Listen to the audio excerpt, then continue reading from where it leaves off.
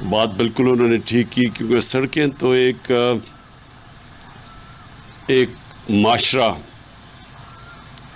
جو خوشحالی کی طرف جا رہا ہوتا ہے وہ پھر ایک خوشحال معاشرہ ہی پھر سڑکیں بھی بناتا ہے اور بلڈنگز بھی بناتا ہے، لیکن وہ کون سا قدم اٹھاتا ہے وہ معاشرہ خوشحال ہونے کے لیے، یہ سب سے بڑی چیز ہے۔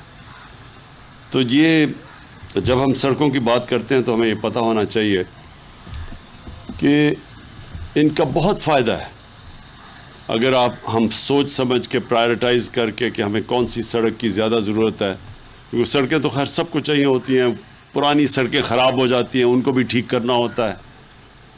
ملک کے پاس جو پیسہ ہے، جو کہ ہمارے پی ایس ڈی پی یعنی ڈیولپمنٹ فنڈ سے جو پیسہ وہ اتنا ہے نہیں کہ ہم ساری سڑکیں اس ڈیولپمنٹ فنڈ سے بنا سکیں۔ تو جیسے جیسے معاشرہ خوشحال ہوتا رہتا ہے تو اس کے پاس فنڈز بھی بڑھتے جاتے ہیں اور اس کی کیپیسٹی اپنے ملک میں کنیکٹیوٹی کرنے کی وہ بھی بڑھتی جاتی ہے۔ پہلے تو میں یہ دو چیزوں پہ آ جاؤں، دونوں یہ جو سڑکوں کا آج آغاز کیا ہے، ایک تو بہت امپورٹنٹ سڑک ہے، پاکستان کی ویسٹرن روٹ ہے، یہ جو انڈس ہائی وے سے آگے آتی ہے اور پھر یہاں سے کنیکٹ کرتی ہے پشاور کو کوہاٹ سے۔ یہ بڑی امپورٹنٹ سڑک ہے اور اس میں ٹریفک بڑا ہوتا ہے، اور یہ سارا جو قبائلی علاقے کا جو کیونکہ سینٹر ہے پشاور سارے پختونخوا کا، تو ان سب کا جب ادھر آنا ہوتا ہے تو یہ بڑی امپورٹنٹ سڑک ہے جو کنیکٹ کرتی ہے سارے علاقے کو۔ لیکن جو دوسری سڑک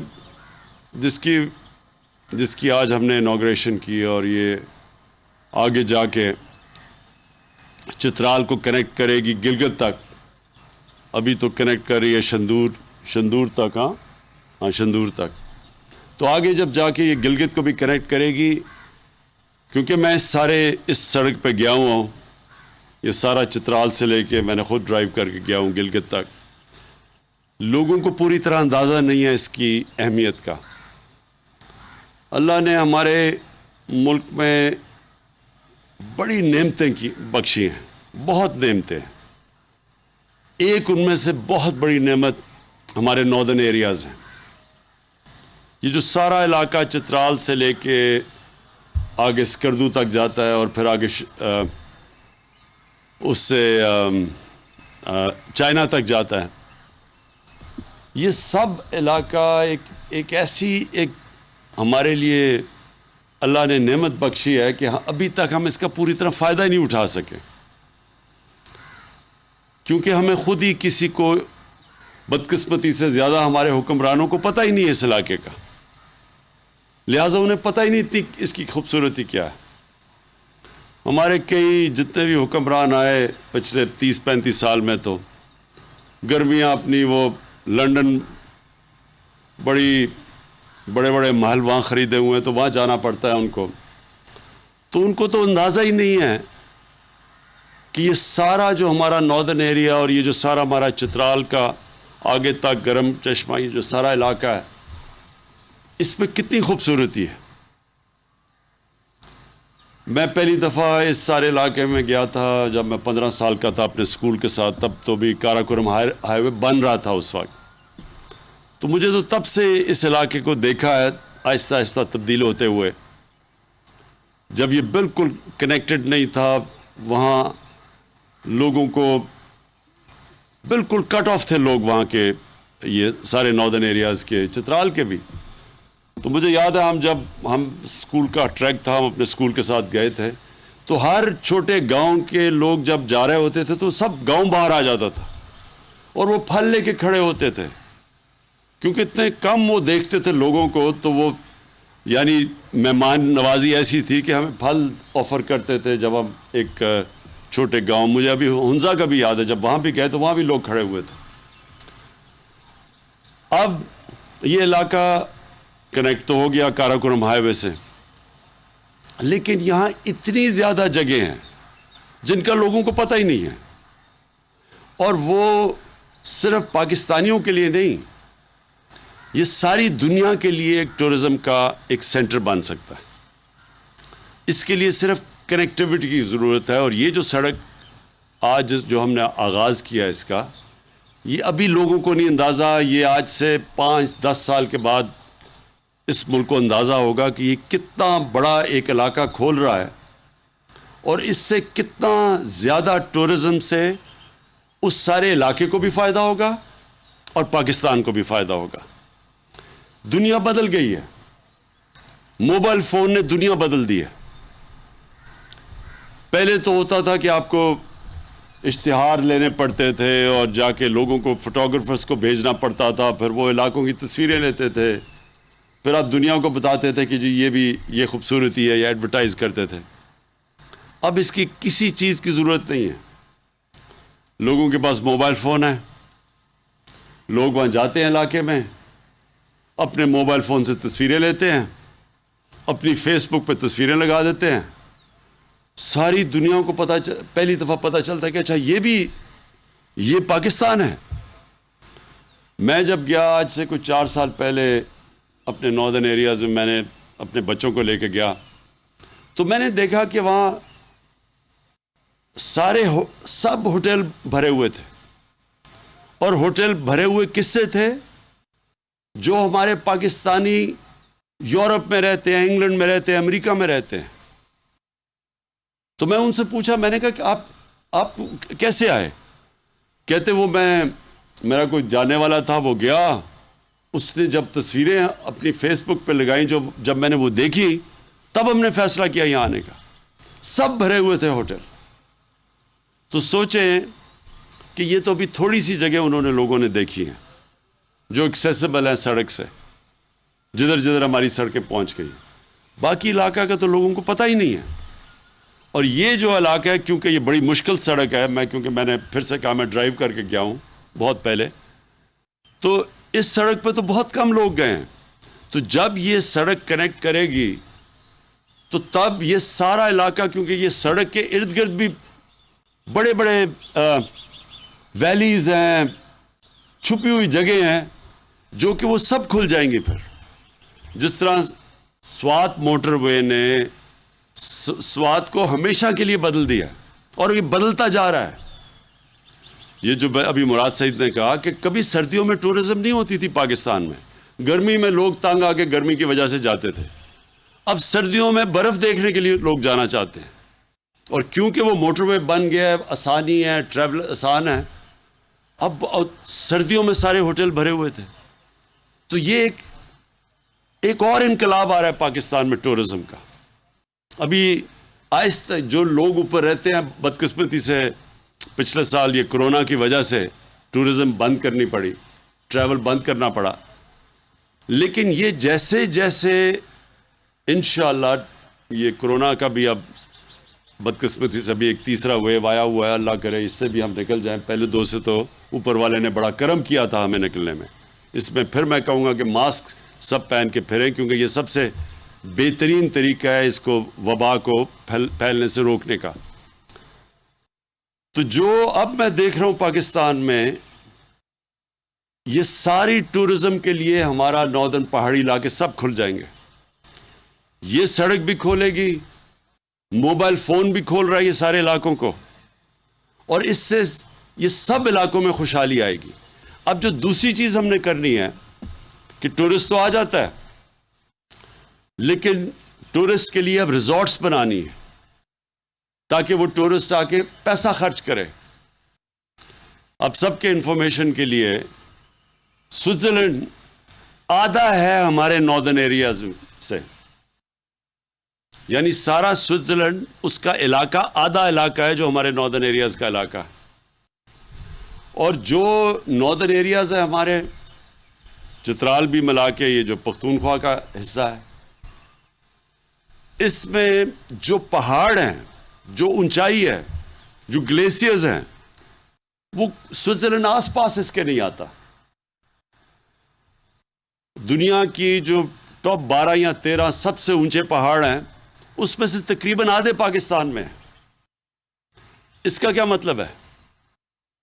اس کا مطلب یہ ہے کہ گرمیوں کے اندر ٹریکنگ گرمیوں کے اندر ویسے لوگ جائیں گے ان علاقوں میں، اور سردیوں میں اب جو نئی چیز شروع ہو گئی ہے اسکیئنگ، سردیوں میں اسکیئنگ کے لیے لوگ آئیں گے۔ اور ابھی سے ہی مجھے باہر سے لوگوں نے مجھے اپروچ کیا، آسٹریا سے کیا، اپنے پاکستانی باہر بیٹھے ہوئے ہیں، وہ اب مختلف علاقوں کی اسکیئنگ سلوپس ڈیولپ کریں گے جدھر وہ انفراسٹرکچر بنائیں گے۔ ابھی ملم جبہ ہے، اب دیکھیں سارے سردیوں میں لوگ یہاں پہنچے ہوتے ہیں۔ یہ تو ایک علاقہ ہے، یہاں کم از کم 1000 ملم جبہ ہیں، 1000 سے بھی زیادہ ہیں۔ تو ہم بڑے خوش قسمت لوگ ہیں۔ تو ہمارے پاس اب یہ نیا ایک ایسی چیز جو انقلاب اٹھنے لگا ہے وہ ٹورزم کا ہے۔ اس کے لیے محمود خان آپ کو میں خراج تحسین پیش کرتا ہوں، آپ نے یہ زبردست کام کیا ہے۔ آپ نے زوننگ شروع کر دی اب ٹورزم ایریاز کی۔ اس کے زوننگ کا مطلب کہ آپ نے پورا ان علاقوں کو پروٹیکٹ کرنا ہے، اور آپ نے بتانا ہے کہ صرف اس جگہ کے اوپر کس قسم کا ہوٹل بن سکتا ہے۔ ہر قسم کا ہوٹل نہیں بن سکتا، جس طرح اچھا اب میں آپ کو بتا دوں کہ فرق کیا۔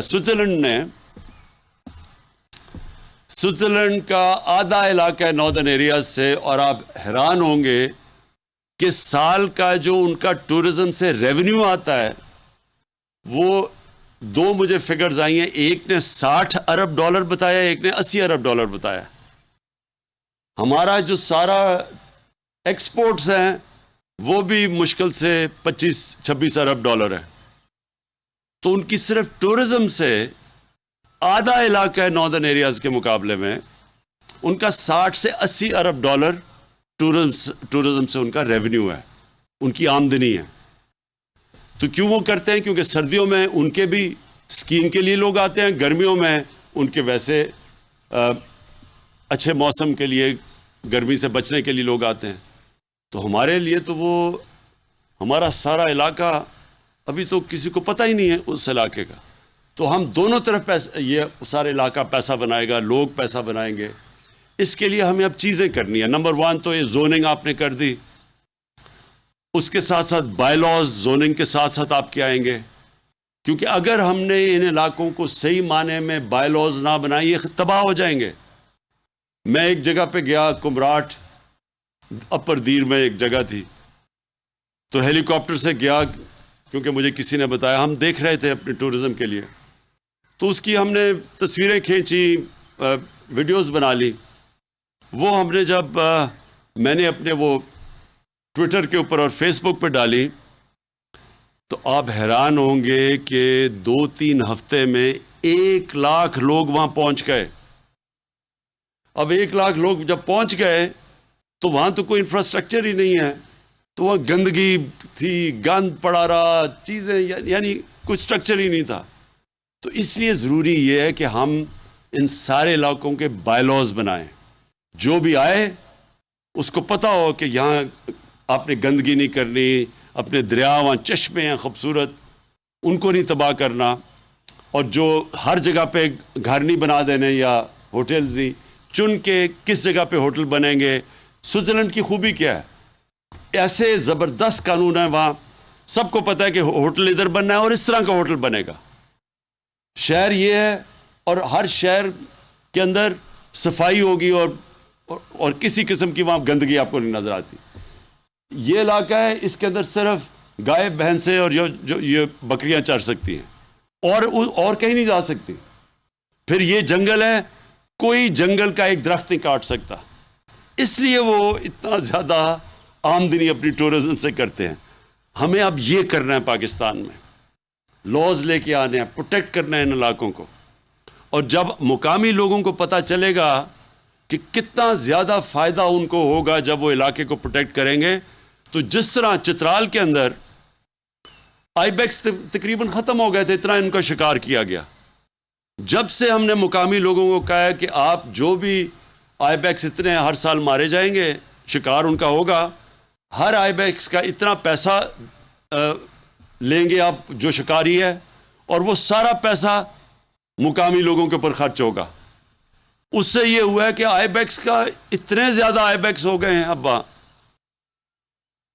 اسی طرح جب لوگوں کو پتہ چلے گا کہ مقامی لوگوں کو جب پتہ چلا کہ آئی بیکس کو بچانے سے اور تھوڑا سا اس کا شکار کرنے سے کتنا ہم سب کو فائدہ ہے. آئی بیکس بچ گئے. اسی طرح جو ہم نے اپنے یہ علاقے ہیں, جب مقامی لوگوں کو یہ پتہ چلے گا کہ کتنا فائدہ ہوگا اس علاقے سے, ان کی کتنی آمدنی آئے گی, ان کی سٹینڈرڈ آف لیونگ, ان کی سارا زندگی کا معیار اوپر اٹھ جائے گا, تو وہ سب سے زیادہ وہ اپنے علاقوں کا, اپنے درختوں کا دھیان رکھیں گے. اور انشاءاللہ اس کے ساتھ ساتھ میں آخر میں جو بات کہنا چاہتا ہوں, ہم جو یہ پاکستان میں آپ درخت اگا رہے ہیں اور جنگلات اگا رہے ہیں, یہ ساتھ ساتھ جائے گا اس کا کہ جیسے جیسے ہم اپنے علاقوں کو پروٹیکٹ کریں گے, اپنے درخت اگائیں گے, اس سے ملک کی آمدنی آئے گی. وہ اور بات ہے کہ ہمیں موسم کی گرمی کا بڑا مسئلہ بنا ہوا ہے, یہ جو گلوبل وارمنگ ہے, تو یہ اس کے بھی ہمیں بچائے گی. اور پھر ٹورزم میں, یہ ٹورزم بہت بڑا ایک شعبہ ہے, انشاءاللہ اس میں بھی ہمارے ملک کو بہت فائدہ ہوگا. تو جو آگے آنے والے انقلاب ہیں, ایک ہم سارے ملک میں درختوں کا انقلاب لے کے آ رہے ہیں, ایک ہم ٹورزم کا انقلاب لے کے آ رہے ہیں, اور درختوں کے اندر جو زیتون کے ہم درخت اگا رہے ہیں, زیتون کے درخت کا انقلاب آ رہا ہے جو بالکل تبدیل کر لے گا سارے علاقہ. پھر ہم اور بھی نئی چیزیں لے کے آ رہے ہیں, جو زعفران ہے, یہاں زبردست موسم ہے, اس کا بہت زیادہ ان علاقوں پہ اگتی ہے جو لوگوں کے پاس زمینیں ہیں لیکن ان زمینوں سے کچھ اگتا نہیں ہے. بہترین وہ زعفران کے لیے زمینیں ہیں, تو اس کا فائدہ ہوگا. ایک پھل ہے, ایک سبزی ہے جو سب سے زیادہ مہنگی اور اچھی سبزی سمجھی جاتی ہے, جس کو انگریزی ایک ہی لفظ ہے اس کا, ایووکاڈو کہا جاتا ہے. یہ سارا علاقہ اسلام آباد سے اوپر, یہ سارا علاقہ بہترین ہے ایووکاڈو کے لیے. اس کے لیے بھی میں نے ابھی آپ سے بات کی ایگریکلچر ڈپارٹمنٹ سے اور فارسٹری سے, اس کو بھی ہم نے ساری جگہ اگانا ہے. اس سے اتنا فائدہ ہے. تو ہمارا ملک تو جو ابھی تک ہم نے فائدہ ہی نہیں اٹھایا, جو اللہ نے ہمارے ملک میں نعمتیں بخشی ہیں, ہم نے ابھی تک تو اس سے کچھ فائدہ ہی نہیں اٹھایا. ہم تو ابھی بھی وہ موہنجو دارو کے زمانے سے, جب سے جس طرح کی ہم اپنی ایگریکلچر چلا رہے ہیں اپنی, وہ اسی طرح کا چل رہے ہیں. ہم اب ماڈرنٹی کی طرف نئی ٹیکنیکس لے کے آ رہے ہیں, نئی زونز بنائیں گے, نئے قسم کے ہم پھل, اور بلکہ جو ہماری اب پیداوار باقی بھی جو گندم جو ہم اگاتے ہیں, ان کے اوپر ہی اب ہم نئے سوچ لے کے آ رہے ہیں کہ اگر باہر کے ملک دگنی اسی جگہ سے پیداوار نکال سکتے ہیں تو ہم بھی کر سکتے ہیں. صرف نئی ٹیکنیکس کی ضرورت ہے, اور اس کے لیے انشاءاللہ یہ ایگریکلچر میں بھی ایک پورا انقلاب لے کے آئیں گے. بہت بہت شکریہ.